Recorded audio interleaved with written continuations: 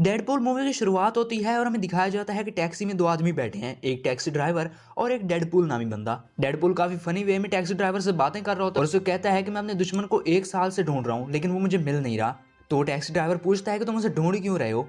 तो वो कहता है कि उसने मेरे फेस का बहुत ही बुरा हाल बना दिया है, उसने मुझ पर कई अजीबोगरीब एक्सपेरिमेंट किए हैं। और उसके बाद वो उसको अपना फेस भी दिखाता है।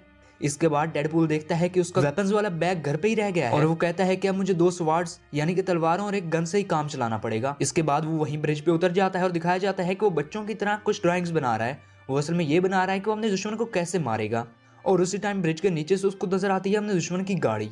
डेडपूल उसकी गाड़ी पे छलांग मार देता है और उसकी गन में जितनी भी बुलेट्स थी वो सब अपने दुश्मन के सारे आदमियों को मार देता है। अब यहाँ पर हमें पता चलता है कि उसके दुश्मन का नाम है फ्रांसिस। अब ये बात सारी जगह फैल जाती है कि फ्रांसिस और डेडपूल के बीच लड़ाई हो रही है और ये बात न्यूज में भी आने लगती है। इसके बाद एक घर में हमें बहुत ही बड़ा जाट आदमी दिखाया जाता है जो कि स्टील का बना हुआ है। उसको ये न्यूज सुनकर बहुत ही गुस्सा आता है और वो एक लड़की को बुलाता है जिसके छोटे बाल थे और ये दोनों डेडपूल की तरफ बहुत ही गुस्से से जा रहे थे। इसके बाद हमें पास्ट की स्टोरी दिखाई जाती है जब डेडपूल असल में डेडपूल नहीं था बल्कि वो एक नॉर्मल इंसान था। इसका नाम वेट था और वो एक बार में जाता है जहाँ पर लोगों की लड़ाई हो रही होती है। वो उसे देख के एंजॉय कर रहा होता है। वहाँ पर उसका एक दोस्त भी होता है और वहीं एक लड़की आती है जिसका नाम होता है वेंसा। कुछ ही देर में वेंसा और वेट के बीच दोस्ती हो जाती है और उसके बाद सीन दिखाया जाता है सीधा 1 साल बाद का जब वो दोनों एक साथ हैं। और एक दिन वेट बेहोश होकर गिर जाता है। जब वो एक्सरे करवाता है तो उसको पता चलता है कि उसके ब्रेन, लंग्स और बाकी बॉडी पार्ट्स में कैंसर है। ये सुनकर वो काफी परेशान होता है और वेंसा भी। इसके बाद स्टोरी प्रेजेंट में आती है और हमें दिखाया जाता है कि डेडपूल लड़ रहा है लेकिन फ्रांसिस वहां से गायब हो चुका है और अचानक से उसको पीछे से एक बाइक की आवाज आती है जिसमें लग रहा था कि फ्रांसिस है और वही होता है। डेडपूल घूमता है और अपनी तलवार फ्रांसिस के आर पार कर देता है और फिर डेडपूल फ्रांसिस से कहता है कि मैंने आखिरकार अपना बदला ले लिया, मैं वही हूँ जिसके फेस का तुमने बुरा हाल कर दिया था। इसके बाद वो अपना मास्क उतारता है और अपना फेस दिखाता है तो फ्रांसिस कहता है अच्छा तुम वो हो। इसी टाइम वहां पर वो लोहे का आदमी आता है और वेट को उठा के पीछे फेंकता है और इसके बाद फिर से एक बार सीन शिफ्ट होता है पास्ट में। वेट अपना सामान पैक कर रहा होता है और वो काफी परेशान होता है। वेंसा उससे कहती है कि हम इस बीमारी का इलाज करेंगे लेकिन वेट कहता है कि नहीं,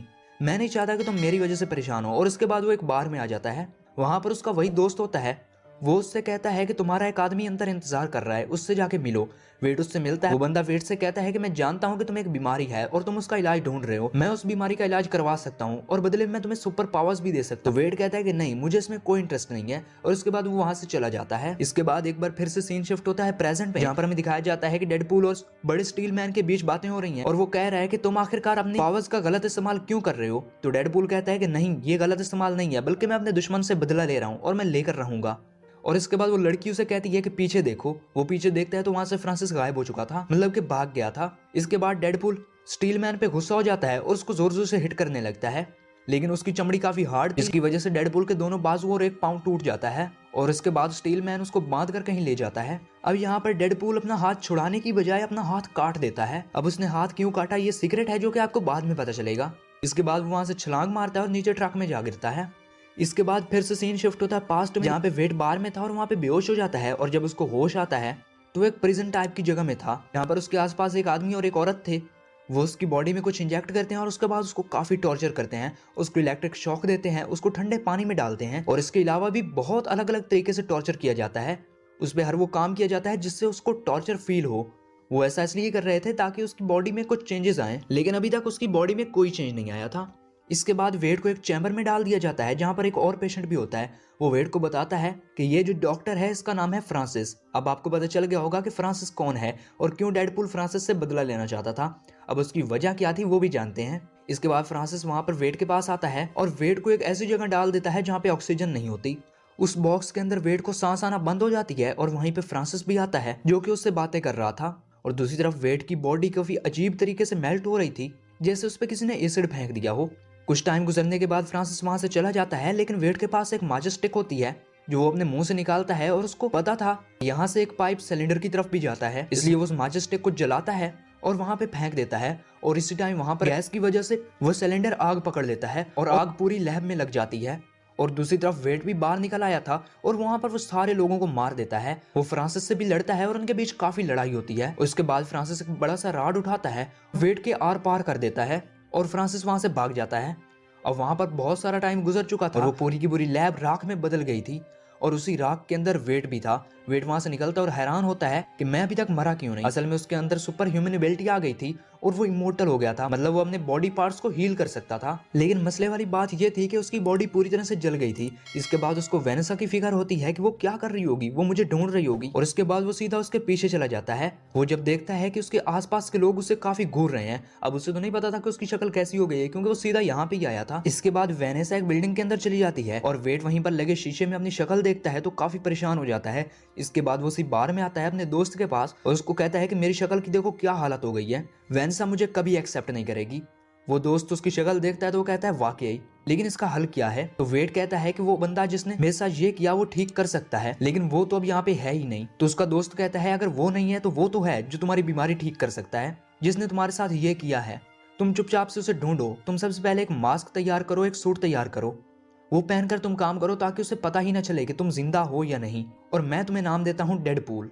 अब यहाँ से उसका नाम वेट से डेडपूल हो जाता है और उसके बाद उन्हें घर जाता है और एक व्हाइट सा मास्क बनाता है और अब यहाँ से उसकी जर्नी शुरू हो जाती है फ्रांसिस को ढूंढने की। अब डेडपूल को उसे ढूंढते ढूंढते 1 साल गुजर चुका था, लेकिन वो ढूंढ नहीं पा रहा था। बीच में ऐसा टाइम भी आता था जब उसे फ्रांसिस नहीं मिल रहा था और वो गुस्से में होता था तो उसके साथियों को मारता था। अब उसने एक और बहुत ही प्यारा सूट बना लिया था जो कि रेड और ब्लैक कलर का था। आखिरकार फाइनली वो दिन आ जाता है जब उसे पता चलता है कि फ्रांसिस कहाँ है। वो असल में एक जगह पे होता है जहाँ पर से वही आदमी गुजर रहा होता है जिसने उसकी बीमारी के बारे में पूछा था। डेडपूल उसे पकड़ लेता है और उससे पूछता है कि कहाँ है फ्रांसिस, तो वो डर के बता देता है। अब सीन फिर से वहीं पर आ जाता है जहाँ पर हमें स्टार्टिंग में दिखाया गया था कि डेडपूल टैक्सी में कहीं जा रहा था। इसके बाद सीन मर्ज हो जाते हैं और यहाँ से असल कहानी की शुरुआत होती है। इसके बाद डेडपूल उसी जंग ट्रक में गिर जाता है और जहाँ पर रुकता है वो जगह होती है वहाँ पे एक बूढ़ी औरत रहती है। वो बूढ़ी औरत असल में वो है जो वेट के साथ लॉन्ड्री में आया करती थी और उसी ने ही उसको आइडिया दिया था कि वो अपना सूट रेड और ब्लैक तैयार करे।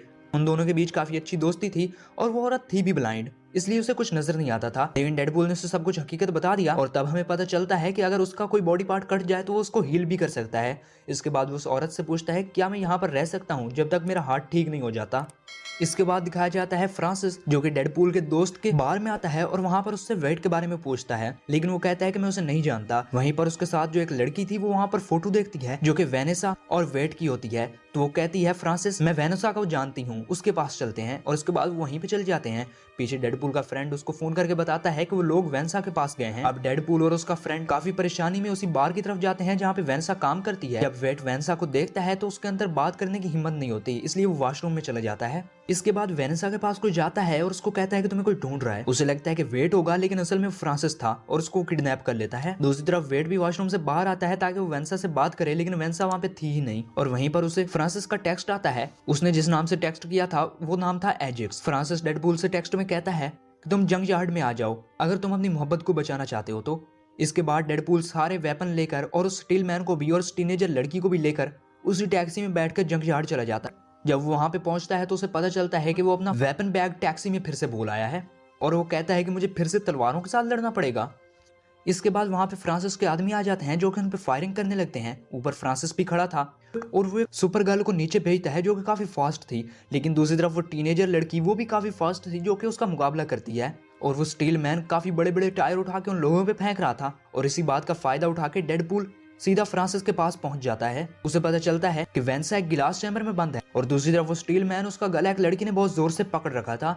जब वो टीनेजर लड़की उसको ऐसे देखती है तो वो काफी गुस्सा होती है और वो अपनी पूरी जान लगाती है और वहां पे एक ब्लास्ट कर देती है जिसकी वजह से सारे कंटेनर अपनी जगह से मूव होने लगते हैं और जिस चैम्बर में वेनेसा बंद थी वो भी नीचे की तरफ फिसलता है, लेकिन डेडपूल उसको बचा लेता है और फ्रांसिस का कंटेनर वो भी नीचे की तरफ मूव कर जाता है। लेकिन फ्रांसिस एक बार फिर से डेडपूल की तरफ आता है और उससे लड़ाई करने लगता है और डेडपूल के पास भी हीलिंग एबिलिटी थी और अपने आप को हील करके फ्रांसिस के साथ लड़ता है। डेडपूल फ्रांसिस की काफी धुलाई करता है और वो उसे कहता है कि तुम मेरा फेस ठीक करो, लेकिन फ्रांसिस हंसता है और कहता है मैं तुम्हारा फेस ठीक करूंगा। इसके बाद डेडपूल अपनी एक छोटी सी गन निकालता है और उसे शूट करने ही वाला होता है, लेकिन पीछे वो स्टील मैन उसको बुलाता है और कहता है कि डेडपूल तुम ऐसा नहीं कर सकते, तुम अपनी पावर्स का गलत इस्तेमाल करोगे।